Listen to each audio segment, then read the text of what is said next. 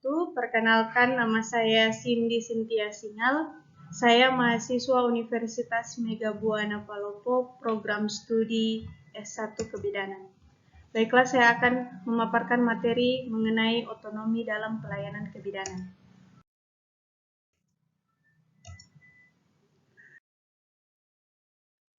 Bidan memiliki hak otonomi dan mandiri untuk bertindak secara profesional yang dilandasi kemampuan berpikir logis, sistematis, serta bertindak sesuai standar profesi dan etika profesi. Secara etimologi, otonomi berasal dari bahasa Yunani autos, yang artinya sendiri, dan nomos yang berarti hukuman atau aturan. Menurut Ateng Syafarudin, otonomi adalah kebebasan dan kemandirian, tetapi bukan kemerdekaan. Kebebasan yang terbatas atau kemandirian yang wujud pemberi kesempatan yang harus dipertanggungjawabkan.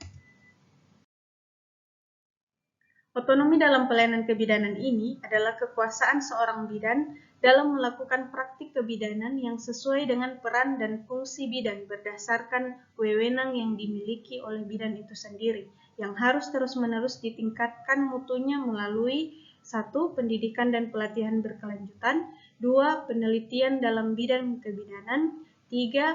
Pengembangan ilmu dan teknologi dalam kebidanan, 4. Akreditasi, 5. Sertifikasi, 6. Registrasi, 7. Uji kompetensi, dan 8. Lisensi. Beberapa dasar dalam otonomi dan aspek legal yang mendasari dan terkait dengan pelayanan kebidanan antara lain sebagai berikut. Pertama, Kepmenkes Republik Indonesia nomor 900/Menkes/SK nomor 7/2002 tentang registrasi dan praktik bidan. Kedua, Standar Pelayanan Kebidanan 2001.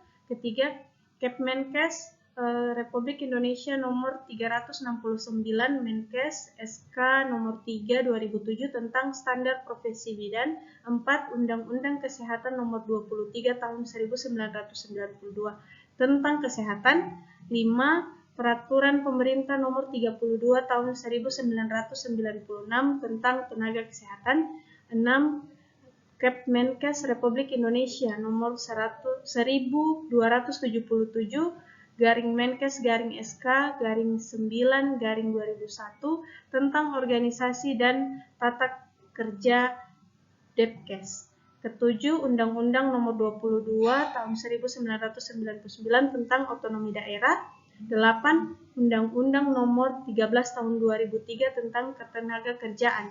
Terakhir, Undang-Undang tentang aborsi, adopsi bayi, bayi tabung, dan transplantasi.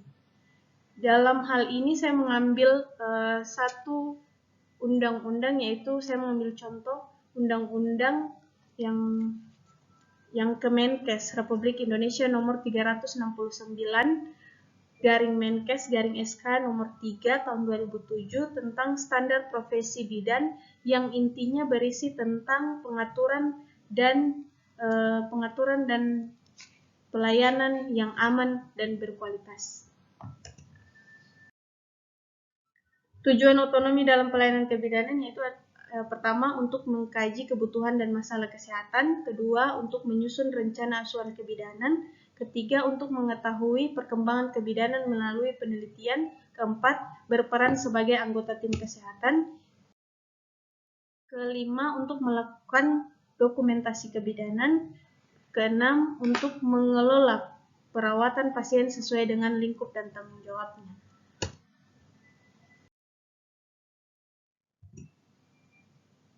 Bentuk-bentuk otonomi bidan dalam praktek kebidanan yaitu mengkaji kebutuhan dan masalah kesehatan, menyusun rencana asuhan kebidanan, melaksanakan asuhan kebidanan, melaksanakan dokumentasi kebidanan, mengelola keperawatan pasien dengan lingkup dan tanggung jawab. Syarat-syarat dari otonomi pelayanan kebidanan yaitu pertama, administrasi, kedua, dapat diobservasi dan diukur, yang ketiga, realistis, 4, mudah dilakukan dan dibutuhkan.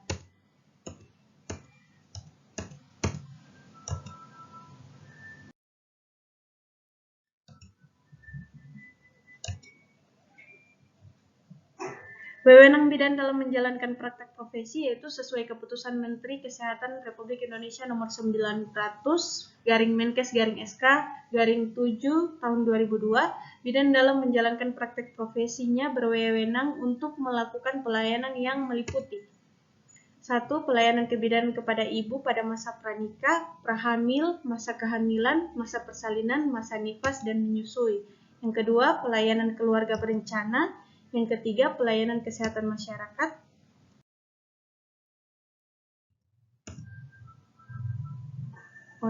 Baiklah, terima kasih. Selesai sudah pemaparan materi saya mengenai otonomi dalam pelayanan kebidanan.